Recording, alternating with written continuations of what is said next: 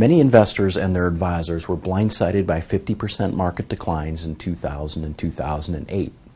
While you'd like to think that was a wake-up call, many remain asleep at the wheel. This is because few understand what drives the financial markets.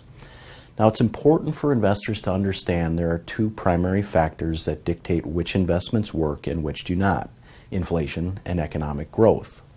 Since inflation and growth can either move in the same or opposite directions, this means investors face four possible market scenarios.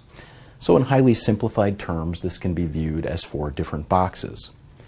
So to give you some historical examples, in the 1970s, we had an environment of rising inflation and low growth. In that case, stocks and bonds didn't perform very well, but gold did. In the 1930s, during the Great Depression, we had a period of both falling growth and inflation.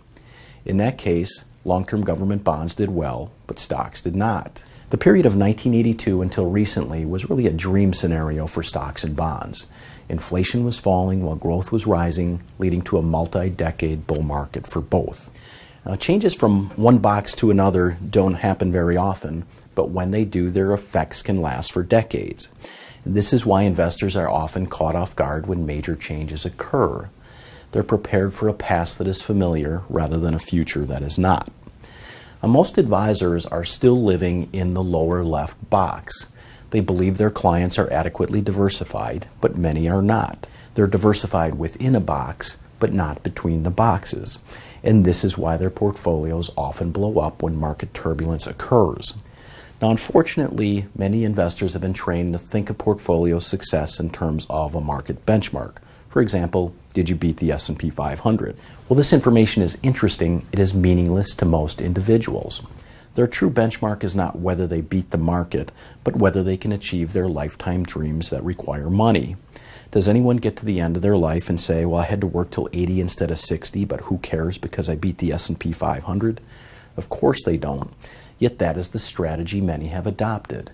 It's a strategy of hope. Hope that they can remain in the lower left box forever.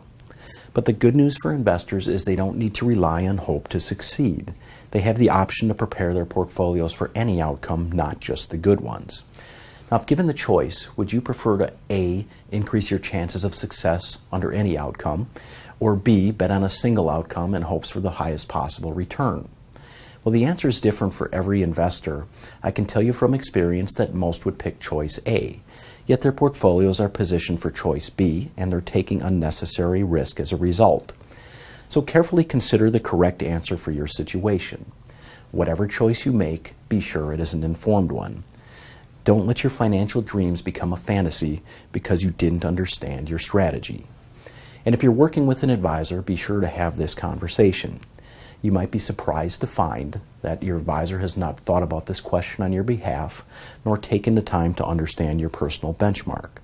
Don't find out the hard way that your advisor has failed to properly diversify your portfolio in a meaningful way.